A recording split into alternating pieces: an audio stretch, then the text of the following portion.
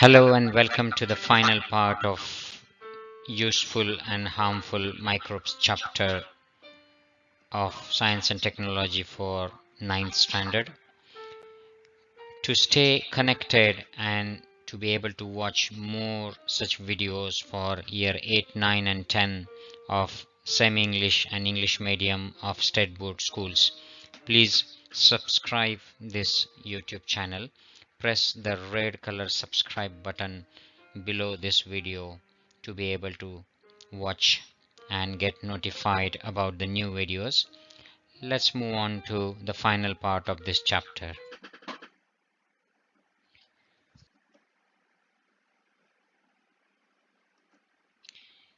The next question is actually similar to the first question we just saw.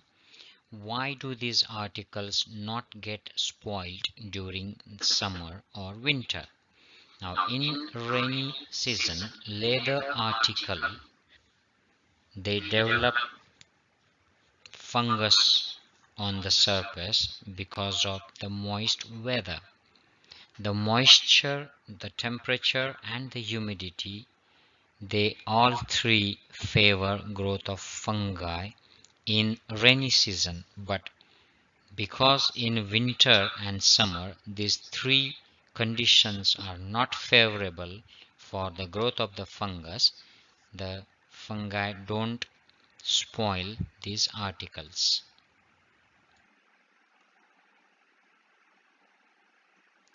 Sometimes you may notice a blackish powder or white discs floating on the pickle or murabba when a jar is opened after a long time.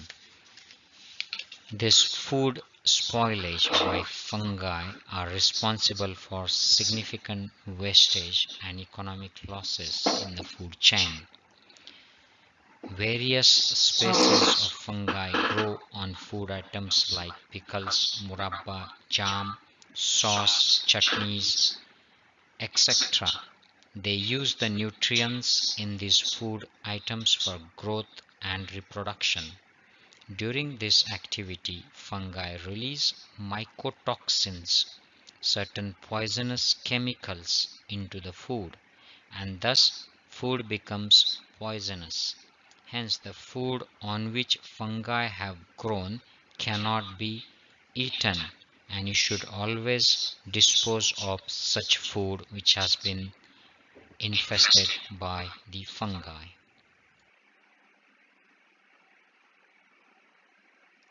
Now let us look at few fungal infections in human being.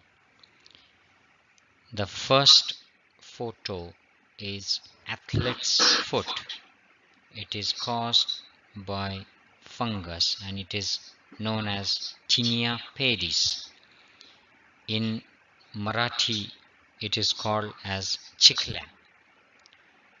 The second photo is onychomycosis, is a fungal infection of the nail. You may have seen this happening in your elderly relatives. This is a long-term and difficult infection to get rid of. The third in the top row is Tinea vesicolor. Here the skin develops white pigments which can be treated with antifungal medicines. The fourth kind of infection is cutaneous candidiasis. It can happen on any parts of the body on the skin. The skin becomes red and hot and very itchy. The next one is ringworm. It is known as Tinea corporis. This is a very common infection in parts of the world which are hot, such as our country. It is also known as Gajakarna in Marathi. You get small round-shaped lesions with clearing center. These are red, raised, and very itchy. The next one is tinea capitis. It is similar to ringworm infection but affects the head, that is scalp.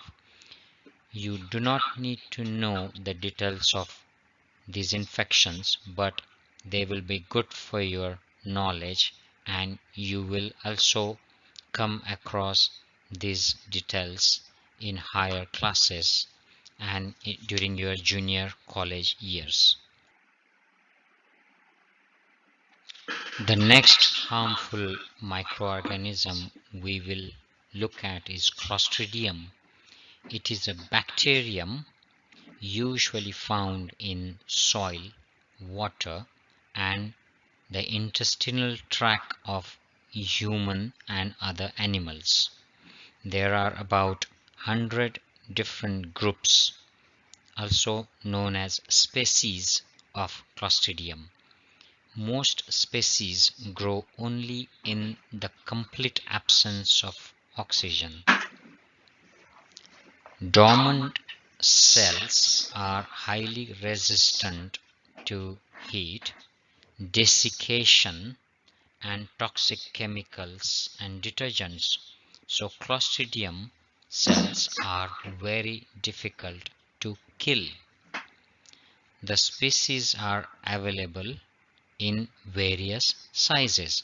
These bacteria are rod-shaped and they produce bottle-shaped endospores in low oxygen conditions and in adverse conditions. So that is a basic introduction of Clostridium.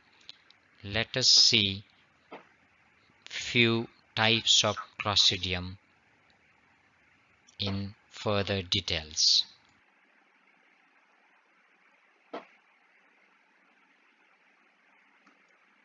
These are few medically important species of Clostridium. Clostridium tetani, Clostridium perfringens, Clostridium botulinum, Clostridium difficile. See how beautiful they look under microscope, but they are very cruel when they infect us. They are life-threatening and cause many deaths every day all over the world.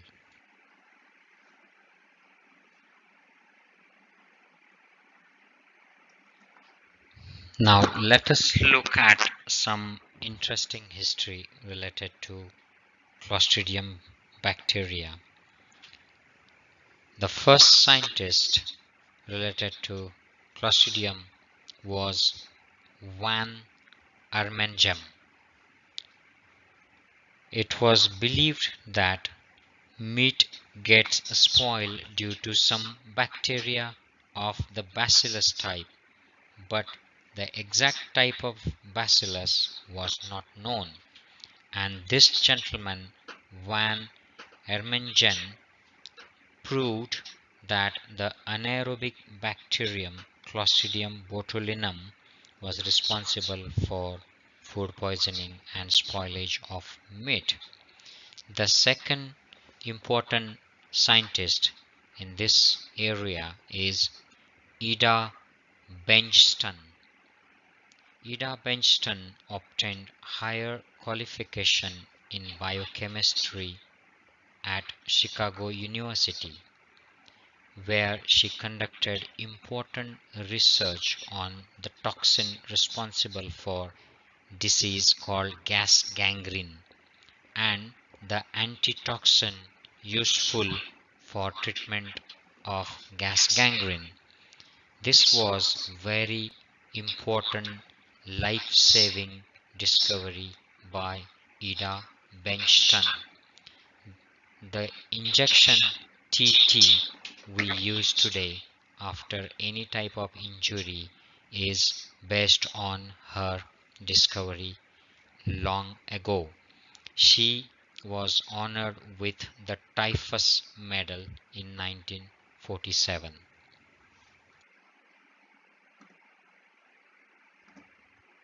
Let us go through few questions which have been asked in your book.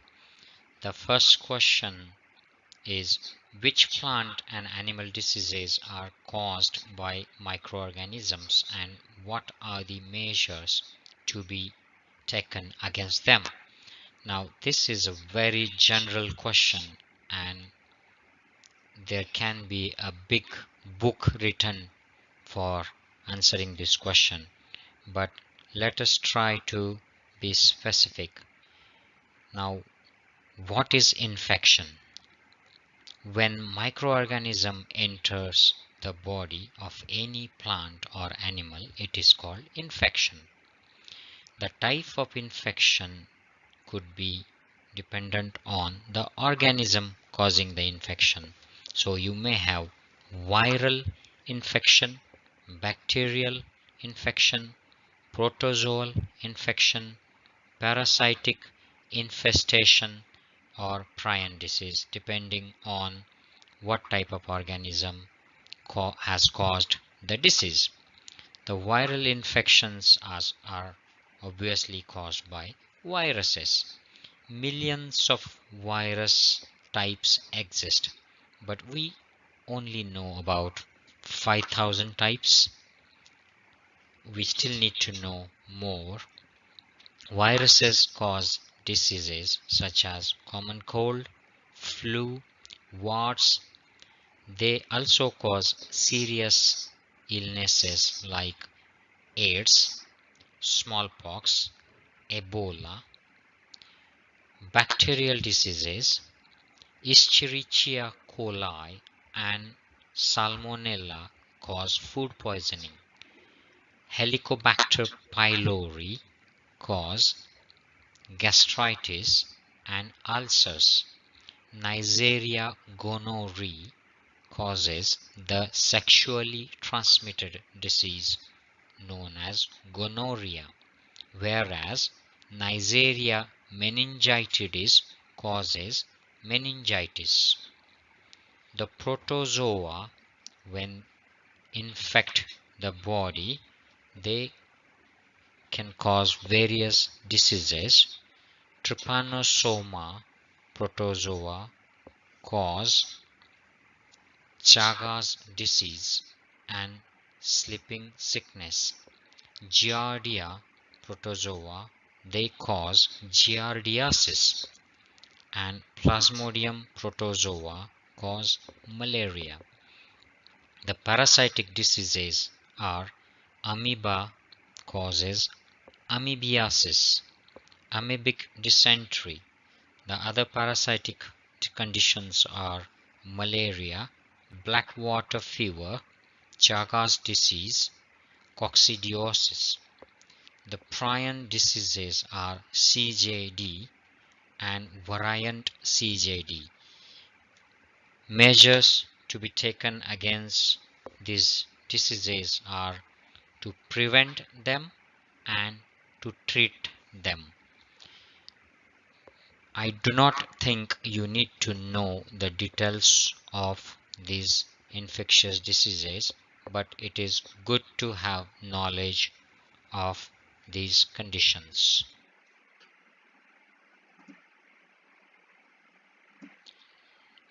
Your book mentions this table of various diseases which are caused by infection from the microorganisms and the mode of infection and how to prevent these infections. Uh, First, 6 of them are viral infections. On the top is AIDS. AIDS is acquired immunodeficiency syndrome, and it is caused by HIV virus, which is human immunodeficiency virus, HIV, and it is passed on from one person to the other through blood, through semen, during sexual intercourse. There is also a transfer through needles. So if infected needle from HIV positive person is used by a normal person, the infection can be transferred. The virus, HIV virus, can also be transferred from mother to the baby when the baby is born, during the delivery of the baby, and there is also a minor chance of transfer through the milk, but it is not the significant risk through milk. So how do you prevent HIV transmission? So safe sexual practices, knowing the fact that it is transferred through sexual relationship with unknown partners, and having unsafe sex. These are the main mechanisms through which HIV and AIDS have spread all over the world. Second important mechanism in countries like India is to avoid reuse of needles and injections, which is still common in many hospitals and clinics. So we need to be very cautious about it. Second disease is hepatitis. It's again transferred by the similar routes as the HIV, that is hepatitis B and C, and hepatitis A is transferred by contaminated water and food. So for hepatitis B and C, the preventive measures will be same as HIV, whereas for hepatitis A, the prevention measure will be using clean water and covered food and food hygiene, keeping hands clean. The next virus is influenza. It is transferred through contact with infected person through air, so it is an airborne disease, and also transmitted through personal contact. So prevention will be through personal hygiene and avoiding close contact with the infected person. The next diseases are measles and chickenpox, transmitted through contact with the infected person, and prevention will be to maintain hygiene, prevent contact with the patients who have measles and chickenpox, and also vaccination to prevent the occurrence of this infection. And there is another infection which is transmitted through airborne route through close contact with infected patient or infected birds and animals, and that is bird flu and swine flu. To prevent these infections, we need to maintain personal hygiene and avoid consumption, eating these infected animals and birds. Dengue is transmitted via mosquito bites, though it is a virus borne disease, but it is transmitted by mosquito when it bites the human and releases these viruses in human blood. So it's important to prevent mosquitoes. So it needs all environmental control, preventing stagnation of water in the surroundings, keeping the surroundings clean, and personal protection through appropriate clothing and using mosquito nets. The next infectious disease, which is a bacterial disease caused by pneumonia. In fact, pneumonia can be caused by bacteria, virus, fungus, protozoa, and other organisms. But bacterial pneumonia is very common and it spreads through air by the droplets through cough, which are spread through cup of infected person. So to prevent, we have to avoid close contact with the infected person and appropriate hygienic precautions. There are few vaccines available, but that is not very significant way of prevention of pneumonia. It probably applies to certain specific patient population, not for general population. Leprosy. The leprosy uh, is known as Maharog or Kushtarog in Indian languages. Is again transmitted through close long-term contact with the infected person, and it's a bacteria which causes leprosy. So prevention will be through avoiding close contact with infected person. Cholera is bacteria infection uh, and transmitted through contaminated food and water, and uh, the treatment will be the prevention will be through maintaining clean food and water hygiene. Malaria is quite common in India, and as you all might know, it is transmitted through uh, the bite of mosquito, and there are various types of malarias. The most dangerous is the falciparum malaria, which can go to the brain and can have high mortality. It can kill people. It's important to look after the water, uh, stagnated water sources, and control of the malaria through mosquito control, the personal hygiene, personal protection, mosquito nets. So malaria has been a significant problem in countries like India since centuries, and still we haven't been able to eradicate malaria, though in many parts of the world the malaria has been eradicated. But in countries like India, it is still a difficult task, and it is still killing people, especially the poor and middle class people. And there's a mention of protozoal fungal infection uh, like dandruff, ringworm, scabies. They occur through close contact with the infected person, and prevention will be through personal hygiene and avoiding contact with the infected person. So this is a list of common diseases. There are many more infectious diseases which occur due to microorganisms, but these are the common ones you should be aware of.